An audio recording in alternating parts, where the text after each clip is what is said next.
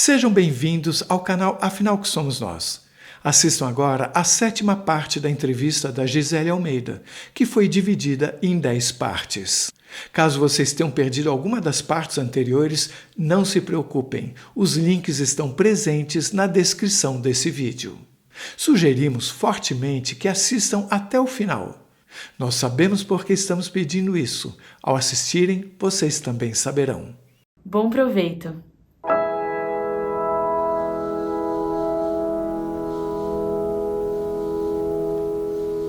Dois conceitos que me parecem ser relacionados, eu gostaria que você falasse sobre eles. A Cléa falou na entrevista dela em divisão de almas, de alma e do conceito de almas gêmeas. Você falou da fita de LED.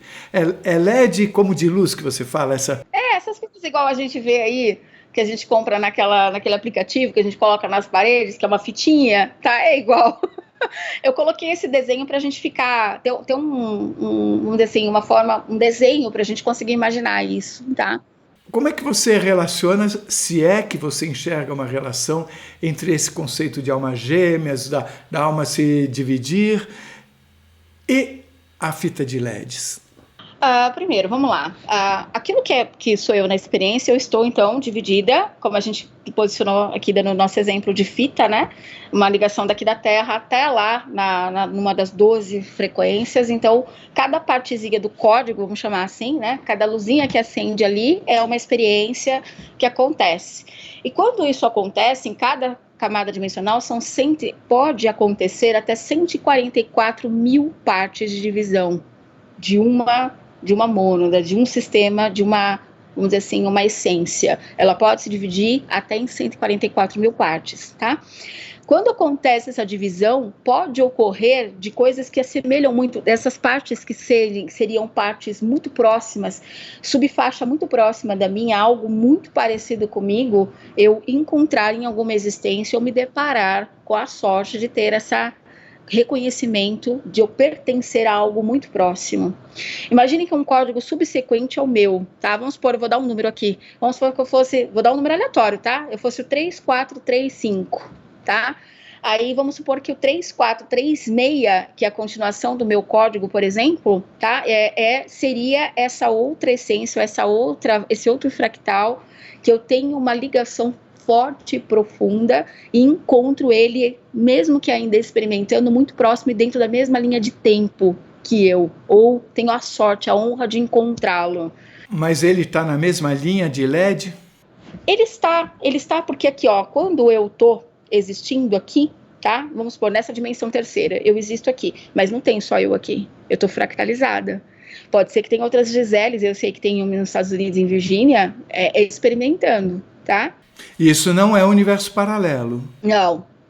São partes outras de mim. Aquilo que é a divisão da minha parte, o meu sistema, a minha mônada, vamos chamar assim, minha essência. A minha essência não consegue ocupar um vaso biológico, porque a construção do nosso vaso, ela é frágil, ela não consegue aguentar um fator energético muito alto, porque ele derrete. Então ela se divide em partes para poder existir. Então são partes minhas experimentando. Então é como se, de uma certa forma, essa fita de LED ela se tornasse um chuveirinho? Isso, ela vai existir várias partes minhas. Aí eu posso ter a honra de encontrar uma faixa de frequência muito próxima, muito estreita minha, tá? Que eu encontre dentro dessa minha existência, dentro dessa linha de tempo, vamos chamar assim, tá? Dentro da mesma linha de tempo, e não, por exemplo, numa época que eu não estou mais aqui, 1800 e nada, que eu não estava aqui ainda, mas nessa época eu encontre um fractal meu ou algo próximo. A sensação do encontro de fractal é assim, imensurável, você sabe. Pode ser homem, mulher, você sabe. Você sabe que aquilo é parte de você. Você sabe que aquilo é uma extensão. Porque eu experimentei, já encontrei. Aqui, nessa minha dimensão, eu sei de duas partes, dois femininos. Tá? Uma é médica, minha amiga. Quando eu conheci, eu tinha certeza. O dia que eu atendi ela, foi um atendimento, o dia que eu atendi ela, eu falei, eu conheço esse ser e esse ser é parte de mim. E eu não tive dúvida. Eu atendo muitas pessoas, Carlos, poderia ser. E eu tenho afinidade, eu construo amizade e afinidade com quase todos, tá? É diferente, você olha e você sabe que aquilo é uma parte sua, você sabe que é uma extensão de você. Apesar dela estar vivendo uma vida totalmente, escolhas diferentes, ela é médica, uma profissão diferente da minha, vida diferente, a essência dela me é conhecida. E ela teve a mesma sensação comigo, tá? Ela, inclusive, quem eu respeitei, eu sempre vou respeitar, né? Algumas questões, eu sempre tomo cuidado para falar com as pessoas, sabe? Eu esperei ela que falou para mim, eu sei que você é minha fractal. E eu falei, eu sempre soube. Ela falou, eu sei que você sempre soube disso, não quis, você quis me respeitar, você quis, né, deixar que eu percebesse isso. E de fato foi assim que aconteceu. E a outra, eu sei que ela existe porque eu fui buscar, foi uma projeção que eu tive, eu vi é uma menina, uma jovem, uns 25 anos, ela é estudante de física, numa universidade, né, em Virgínia, e eu a vi em projeção, e depois eu fui na busca, eu consegui por rastreio, esse negócio. Mulher, você sabe como que falam, né, mulher quando é pior que é feio, pior que é feio. Eu troquei algumas mensagens com ela, eu falei para ela que eu não fui direta, porque ela é física, ela é totalmente cética, totalmente conectada à ciência, mas eu falei para ela que de alguma forma eu a reconhecia, ela não entendeu muito bem o que eu queria dizer, tá? Mas estranhamente a gente trocou mensagens por um tempo, depois eu acredito até que eu preciso achá-la novamente no Instagram para voltar a falar com ela. Mas no ano de 2021, 2022, eu troquei muitas mensagens com ela. E foi eu que fui buscá-la, porque eu tinha certeza que era. Eu tenho certeza de que nesse momento, pessoas que estarão escutando você falar isso, elas devem estar curiosas em saber que tipo de percepção elas devem ter ou elas têm ao eventualmente se encontrar com uma pessoa que seja assim com elas. Vou explicar. Eu sou um ser heterossexual por opção, mas não sou nada contra nenhuma opção sexual. É um amor que você não cabe em você. Você sente um amor que não é físico, não é um amor. Se eu puder falar para você o sentimento, algumas pessoas podem até confundir, sabe? E por isso que há relacionamentos entre homem e mulher, quando dois héteros ou dois femininos, relacionamentos homoafetivos, entre encontro de almas. Porque é muito fácil a mente humana traduzir para o sentimento que a gente conhece como paixão, amor, relacionamento afetivo, porque o nível de conexão é muito forte. É um absurdo, é um amor que não cabe em você. E até que ponto isso é bom ou é ruim de acontecer? Então, depende do nível de consciência que você está, tá? Porque eu conheci pessoas que conheceram as suas partes e não eram pessoas que já tinham feito escolhas de vida, tá?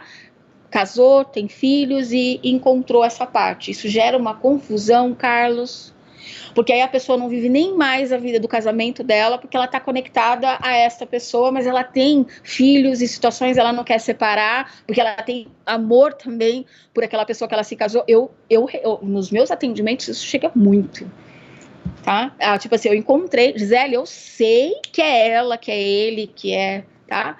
Só que essa pessoa ela tá com outro planejamento, ela veio já com aquilo, com uma outra programação, tá? Isso dá bastante confusão. E alguns têm a sorte de se encontrarem, se conectarem e dar certo. Como podem se tornar amigos? Podem, tá? Eu sou amiga da médica, né? Da qual é minha fractal, e a gente é amicíssima, né? E olha que sincronia, ela mora em São Paulo, tá trabalhando em Jundiaí, tá morando em Jundiaí. Então, assim, é uma coisa incrível, né? O percentual, o nível de consciência dessa amiga minha, com o nível que eu tenho, a gente consegue entender isso. Tá? A gente leva num entendimento, a gente se trata como irmã. É porque é um outro patamar, né? É assim, ó, você pode ficar 4, 5, 10, 15 dias sem falar com a pessoa. Você fala com ela hoje, parece que você falou com ela ontem. A pessoa sabe o que você está sentindo. Coisas que eu sinto às vezes, eu falo, isso não é meu, isso é da Sul. Entendeu? Eu já consigo identificar, isso não é meu, isso é da Sul. Às vezes ela fala, eu tô sentindo tal coisa, é você. É uma relação sem posse. Ao contrário. Você quer realmente que a pessoa seja livre, é um amor fora do padrão que eu falei para você, eu não conseguiria. Por isso que eu falo que confunde com relacionamento, confunde com relações amorosas, tá? Chega a te confundir. Se você não tiver o mínimo que seja, né, de conhecimento sobre isso, você pode, assim, facilmente confundir as coisas. Como eu vejo pessoas assim que chegam para mim e falam assim, olha, eu atendo pessoas que são casadas há 20 anos e falam para mim, Gisele, moças, tá? Mulheres casadas há 20 anos. Gisele, o que eu faço? Eu tô apaixonada pela minha amiga. Mas eu sou casada, eu nunca tive relação homoafetiva. Voltando a falar, não tenho nada contra, eu sou aberta a qualquer tipo de relacionamento ou qualquer tipo de ser. Só estou contando para vocês quanto isso é difícil. Tá? A pessoa chega para mim e fala, eu sou casada e eu tô apaixonada por mim. Não, você não tá apaixonada. Me conta um pouco mais, vamos ler isso aqui, vamos tentar entender. Aí a gente consegue acertar isso, e aí consegue elucidar a pessoa e ela ganha essa compreensão. Na verdade, vira uma soma, né? Porque qual que é a nossa base de relacionamento amoroso ou até afetivo, seja em qualquer área? Naturalmente, o humano tem uma dificuldade de controlar as emoções dele. E geralmente ele gera, mesmo que seja sentimento puro e nobre, você gera um apegozinho. Entendeu? Porque isso o que é? É a falta da administração dos sentimentos. Nós estamos no jardim da infância do nosso aprendizado com relação à administração emocional. A gente está aprendendo a lidar com essa tecnologia. Então, uma hora ou outra, a gente exagera nela, tornando ela um pouco mais densificada. Você mais ou menos colocou essa questão da divisão de alma dentro da fita de LED, como se ela abrisse em alguns filamentos e voltasse. Tá? É a múltipla forma de você desenhar a existência. Eu posso desenhar a existência pegando algo e abrindo para poder gerar a máxima possibilidade. Imagina, Carlos, nós estamos falando das possibilidades que nós estamos assistindo, vendo, acessando. Mas você consegue imaginar essa matemática? Esse supercomputador que calcula todas essas possibilidades e quais a gente não conhece? É incrível. E tem um conceito interessante esse negócio de tentáculos, porque, ó, eu tava vendo, né? O corpinho do polvo tem um cérebro. Ele tem uma experiência, mas cada uma dos tentáculos tem cérebros independentes que fazem experiências independentes. O polvo é assim? O polvo é assim. E cada tentáculo dele experimenta de um jeito diverso, diferente do outro. E alimentam o corpinho e passa informação. É impressionante como esse animal, esse ser, ele é extraordinário. Ele representa o sistema de fonte. Ele tem o corpinho e seus tentáculos fazem experiências únicas, particulares, que dão ao corpinho dele, que tem o cérebro, uma interpretação diferente de cada tentáculo. Qual a pergunta que eu deveria ter feito para você que eu não fiz? Nossa, que pergunta! Essa é a pergunta mais complexa que você poderia ter feito. Eu vou falar de uma outra forma. Que assunto que eu não abordei que você sente que seria importante trazer para a compreensão da raça humana? Eu gostaria muito que nós falássemos daquilo que é a biologia e do cérebro humano. Nós demos algumas introduções aqui, não que você não tenha me perguntado, porque é impressionante, esse homem consegue, gente, encontrar todas as partes que ligam, Carlos. Você tem uma capacidade muito grande de perceber todas as partes que compõem a ideia e que traz um conteúdo mais completo, tá? Mas eu acho que uma coisa que nós deveríamos trabalhar e abordar, eu gostaria muito, é de a gente falarmos sobre aquilo que é o humano. Nós temos um desenho aqui de como o humano existe, do sistema dual humano, né, da existência dual humana, onde você tem corpos físicos e corpos não físicos, e a gente tem que entender a capacidade do cérebro. Por quê? Quando você me pergunta sobre transição e você me fala lá sobre as questões do futuro muito previsível que possamos ter aí como espécie, através do que a gente vem fazendo, né, no nosso próprio meio, essa parte aqui, o cérebro, ele está totalmente conectado à capacidade de mudar esse processo e fazer escolhas mais virtuosas e causar para a humanidade uma história diferente, um processo, uma diretriz de vida, de existência diferente.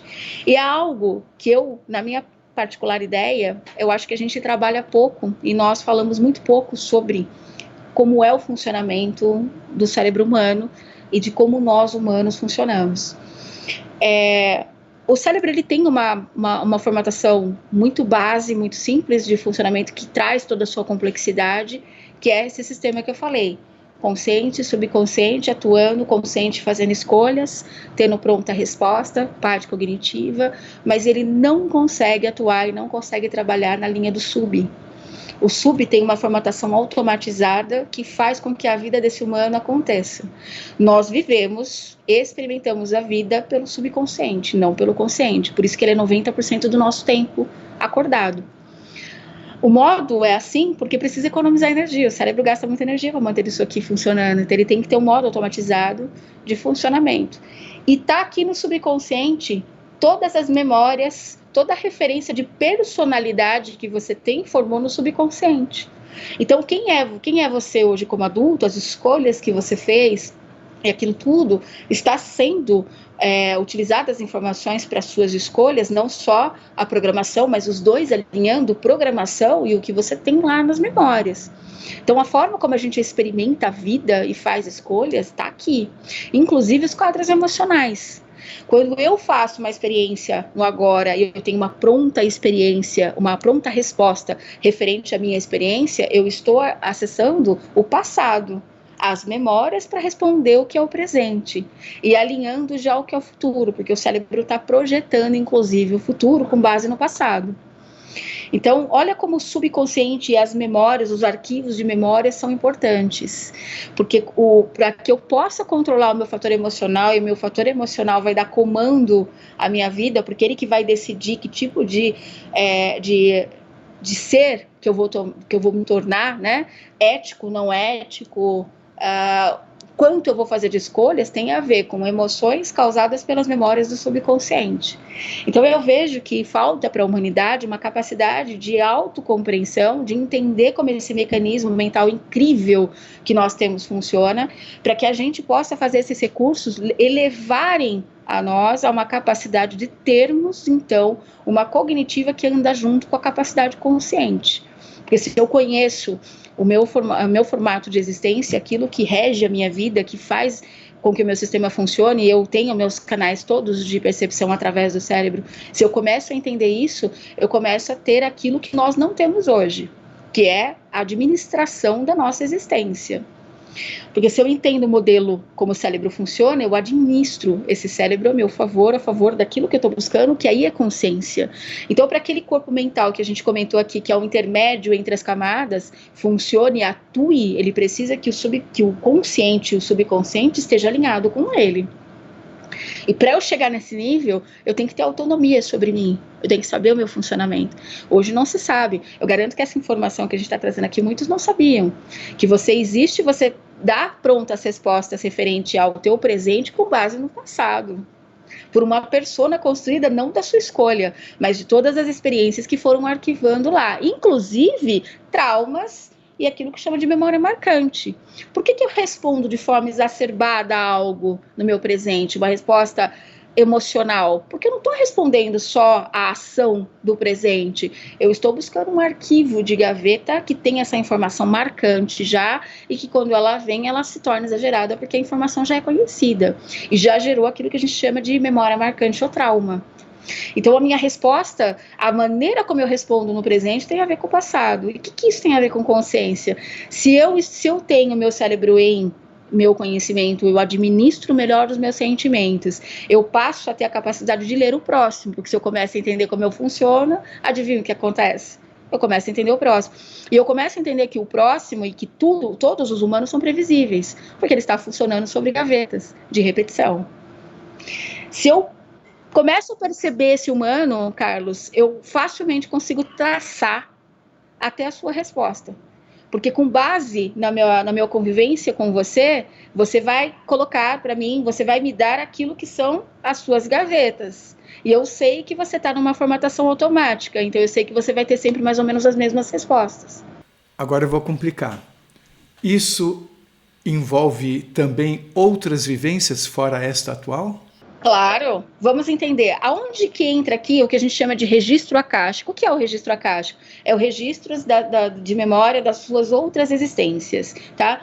Em corpos biológicos humanos ou não humanos, entra aqui, né? Ou registro ancestral, tá? se ele ressoa, se ele está atuando na tua programação atual, ele já deu para você experiências que arquivaram no seu sub. E pode isso incluir existência em outros planetas também? Claro, porque você traz o registro aqui, né, naquilo que é o DNA, que a gente chama de DNA espiritual, que nada mais é do que esse registro que está gravado ali sobre o efeito de uma célula que não é física, né, um do DNA que não é físico, que são corpos que estão aqui sobre o seu corpo físico, que reserva essas informações. Se algo dentro da sua programação alinha com experiências marcantes ocorridas em outras vidas, que a gente poderia chamar assim, vidas biológicas humanas ou não humanas, e ela implica que ou ela traz alguma ressonância aqui, já gerou uma memorinha gravada no seu sub.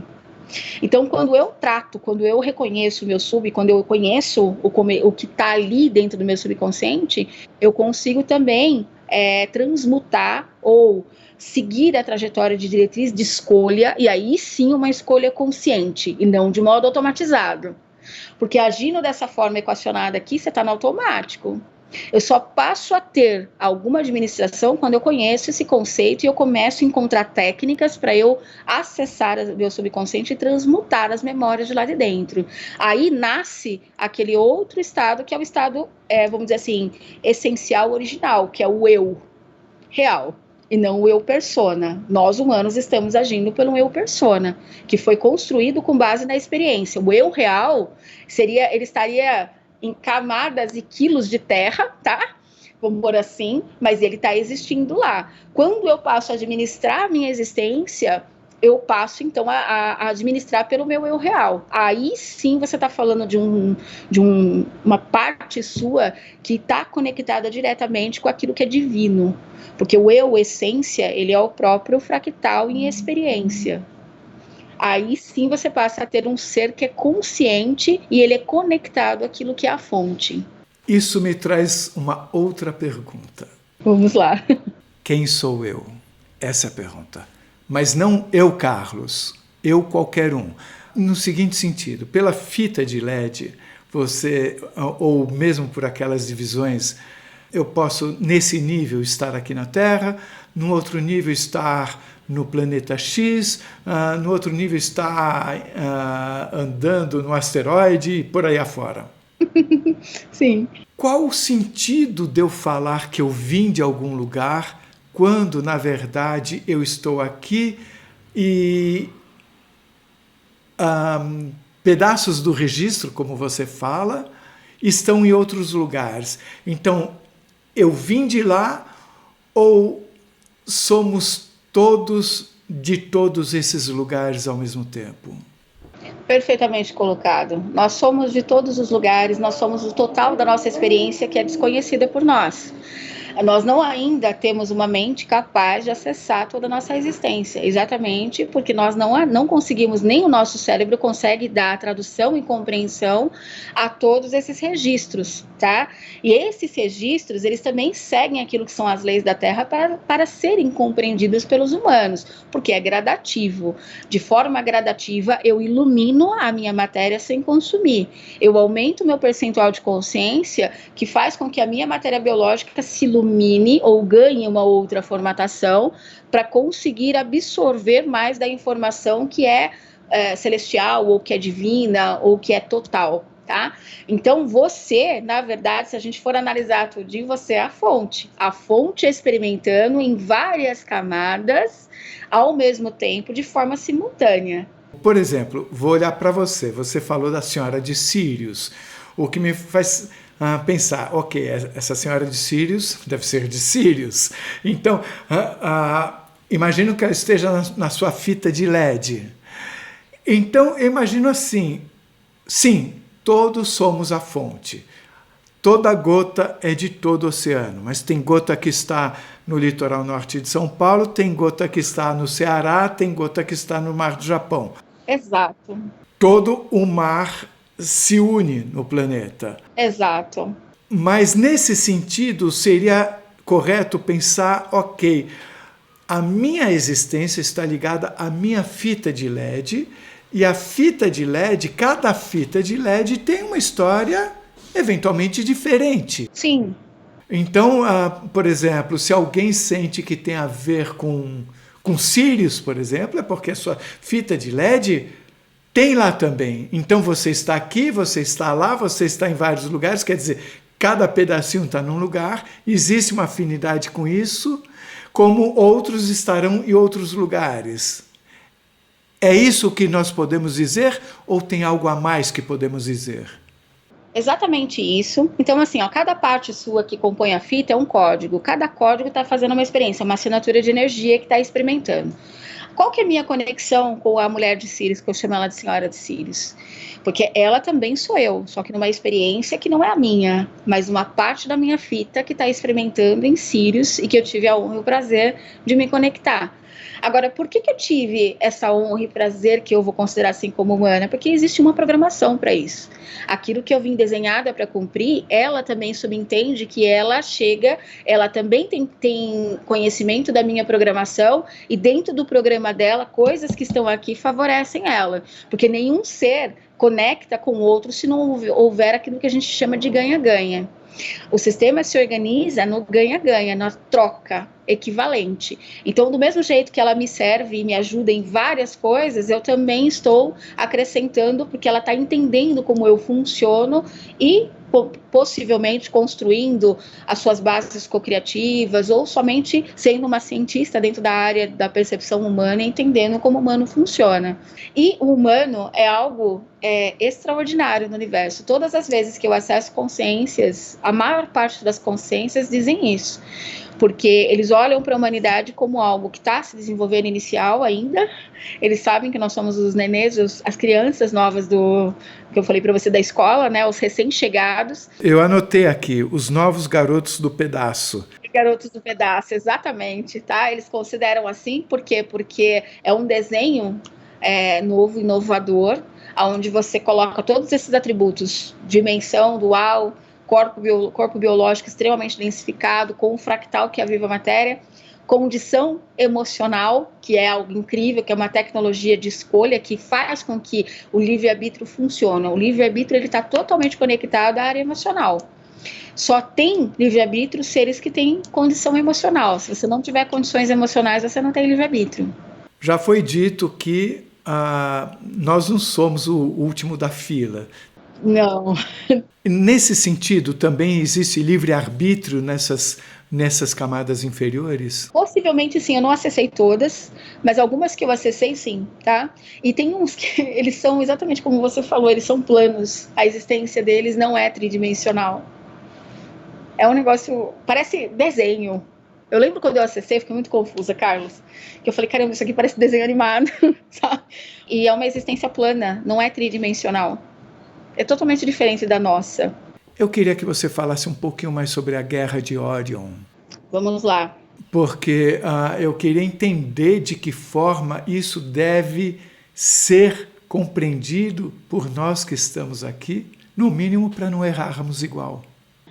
A gente tem que entender uma coisa, não é porque eu tenho alta consciência que eu também não tenho aquilo que é a questão da disfunção. A disfunção, ela não acontece somente nesse sistema. Ela acontece em mais sistemas, porque a gente não tem livre-arbítrio, mas a gente tem outras leis que regem outros tipos de civilização. E essa coisa daquilo que a gente vai chamar de conflito, mas que tem aquele nome que começa com G, que acho que no YouTube não pode falar, tá? Esse nome, ele acontece em vários processos e em seres que têm consciência, sim. E é este movimento que gera a capacidade, a possibilidade da fonte experimentar até mesmo que é a linha do caos e os efeitos do caos. Então não se sabe o start, o que causou, né? Mas possivelmente é um sistema de politicagem, porque não dá para acreditar, mas existem politicagem em algumas faixas dimensionais. Mesmo sem o livre-arbítrio como conhecido aqui. Exato, ainda tem, tá? E acontece sim, parece que foi um exagero tecnológico que levou a explosão de um sistema ou de um planeta que era de bastante fator de importância, e aí é que acontece, que estoura essa guerra. Existem pessoas que contam essa história muito melhor do que eu nunca me aprofundei muito na Guerra de Órion. Por que eu fui entender o que seria, né, conhecido como evento de Órion? Porque ele repercute na Terra. por isso que me interessou bastante, tá? A repercussão disso na Terra é as 72 consciências que estavam aqui cocriando aquilo que é o humano, né? Desenvolvendo o vaso biológico para gerar humanos, tiveram problema com suas civilizações e planetas e tiveram que sair daqui em batida para poder salvar a sua própria espécie ou para intervir nesse sistema. E neste posicionamento, a Terra fica meio que, entre aspas, abandonada de seus co-criadores por um evento que foi necessário, né? E aí acontece desse humano não receber aquilo que eram os cíclicos amplificadores da consciência, mantendo a consciência mais baixa num tempo maior do que era projetado.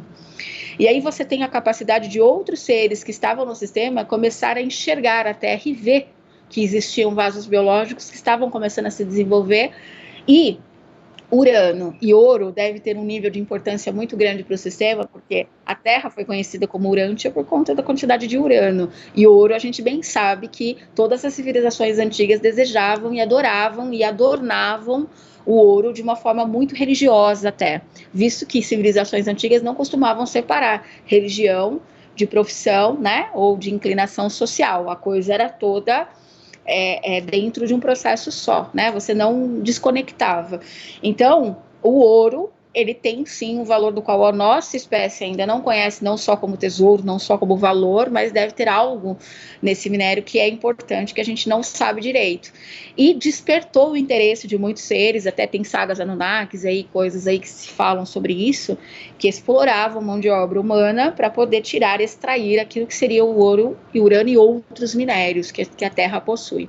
Então houve sim esses momentos onde a gente teve desaceleradores do processo humano, e isso mostra o porquê que a gente está no nível ainda de percentual de consciência baixo, onde a gente tem essas questões de competição e tal, e tudo isso daqui acontecendo.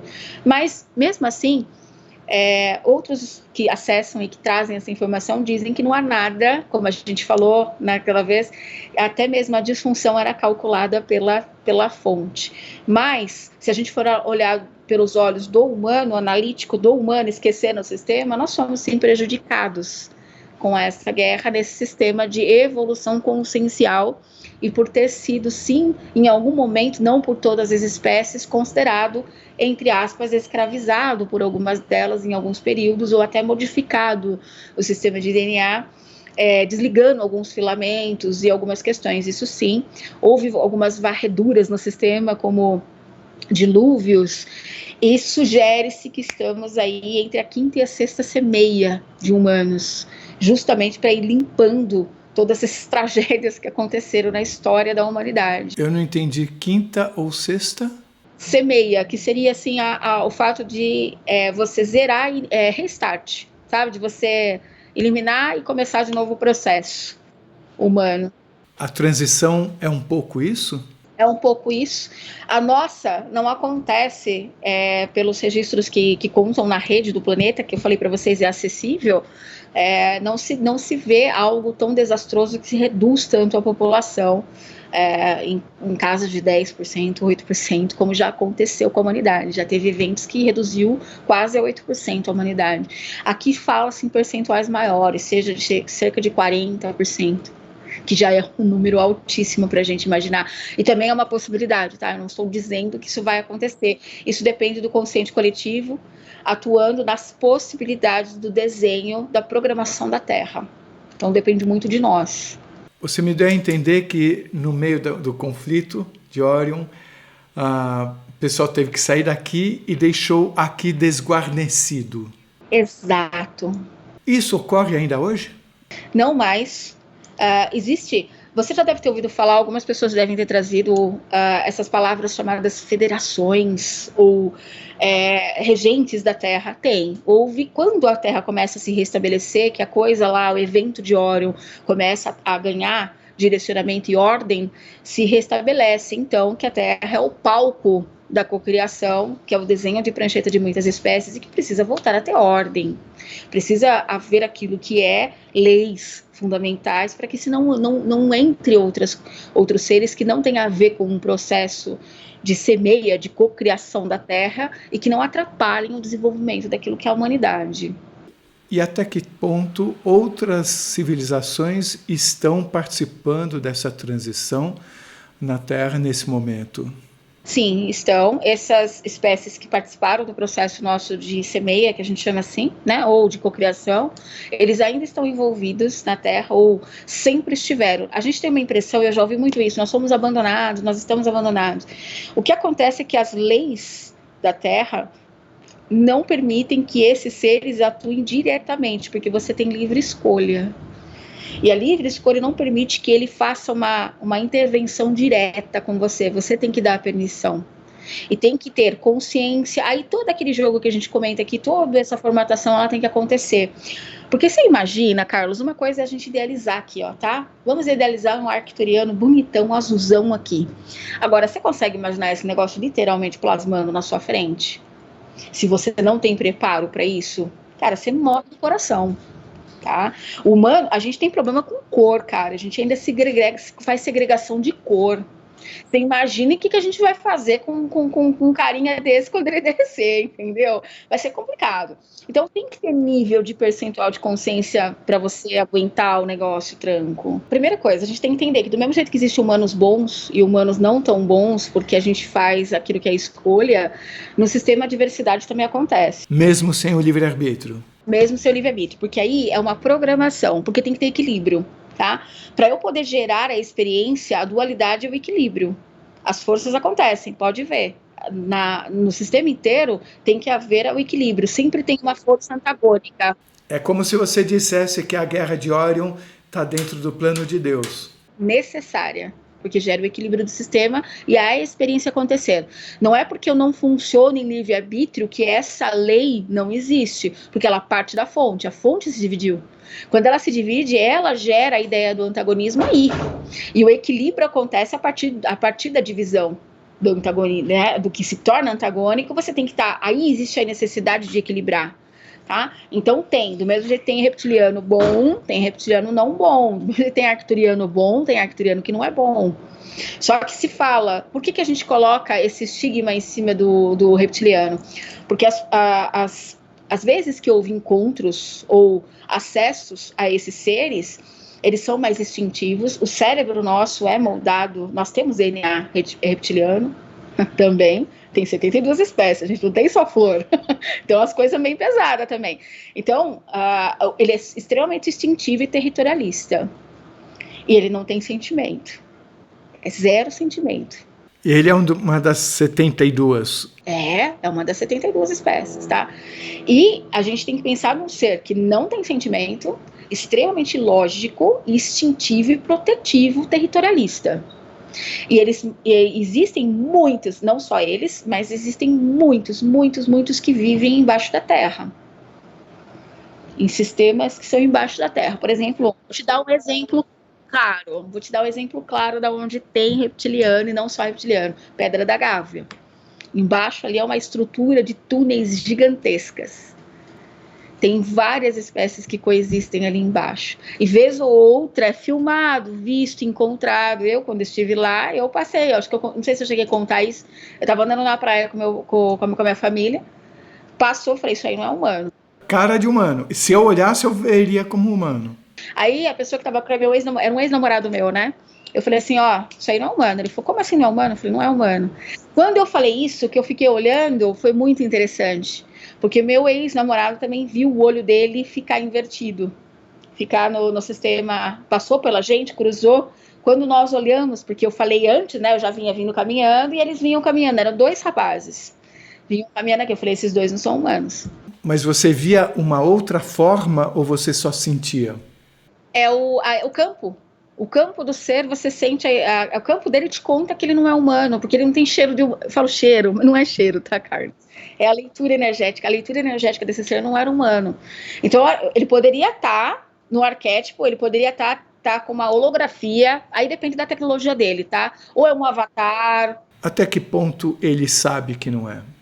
Então, no momento que eu comecei a vir caminhando, né, e eu falei pro meu ex-namorado, isso daí não é humano, a frequência do meu campo alterou, e ele lê frequência melhor que eu, porque eu ainda tô no jardim da infância do desenvolvimento disso, ele já faz isso porque é dele, o ser.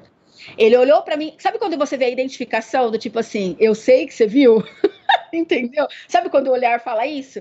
E ele olhou para trás. Nós passamos, ele ficou olhando para trás. Quando a gente virou, ele estava olhando. Eles estavam parados olhando para a gente. A gente continuou andando, tá? Ele pode, mesmo assim, não ter consciência do estado dele? Tem consciência. Opa, tem. Tem, sabe exatamente. Possivelmente, ou ele está num vaso biológico humano, ocupando aquele vaso biológico por aquilo que a gente chama de associação de consciência. Walk-in, não. Isso não... Walk-in, isso, exatamente, tá? Ou ele tá uma holografia que aos meus e aos seus olhos é humano, mas é só holográfico. Ele monta um sistema tecnológico, eles têm uma tecnologia para que eu enxergue ele como humano. Isso tem uns montes. São Paulo é forrado de extraterrestre, vestido de humano. E de que origem? Ah, de tudo. Tem greys, tem répteis, tem arcturianos, tem... Nossa, tem... Alguns não são conscientes. Eu queria falar agora sobre inteligência artificial. Nós estamos num momento extremamente em ebulição na ciência. A inteligência artificial, que eu nunca pensei que fosse chegar onde já está chegando, e aparentemente pode chegar muito além. E tem uma coisa sobre a ciência jamais retrocede. Jamais. A curiosidade do homem faz com que ele faça coisas que possa criar problemas imensos. Mas ele não deixa de pesquisar porque ele quer saber. Então, a inteligência artificial, hoje em dia, ela aponta numa direção que eles chamam de inteligência artificial geral, onde poderemos atingir níveis inimagináveis. E, ao mesmo tempo, você traz para mim, você trouxe na outra conversa, a Chiara, que seria inteligência artificial, pelo que você falou, mas eu me lembro de Atrix, de Knox e outros nomes lindos, que nem Auxter. Eu queria entender até que ponto essas inteligências, até que ponto elas têm poder mental, até que ponto elas se transformam eventualmente em consciências, até que ponto nós teremos poder de fazer isso, porque, de uma certa forma, isso parece que é um papel da fonte. Não deixem de assistir a 8ª parte da entrevista da Gisele Almeida, que será publicada amanhã. Lembramos que os links das partes já publicadas estão presentes na descrição de cada vídeo. Se você gostou, por favor, se inscreva no nosso canal, dê muitos likes, faça comentários, compartilhe com seus amigos, toca o sininho que você sempre fica sabendo assim que chega vídeo novo. E se você tem alguma dúvida ou passou por uma EQM e gostaria de compartilhar a sua história com esse mundão, por favor, nos escreva. O nosso e-mail é afinal.oquesomosnós@gmail.com. Essa é uma nova fronteira do conhecimento humano. Vamos juntos atravessá-la?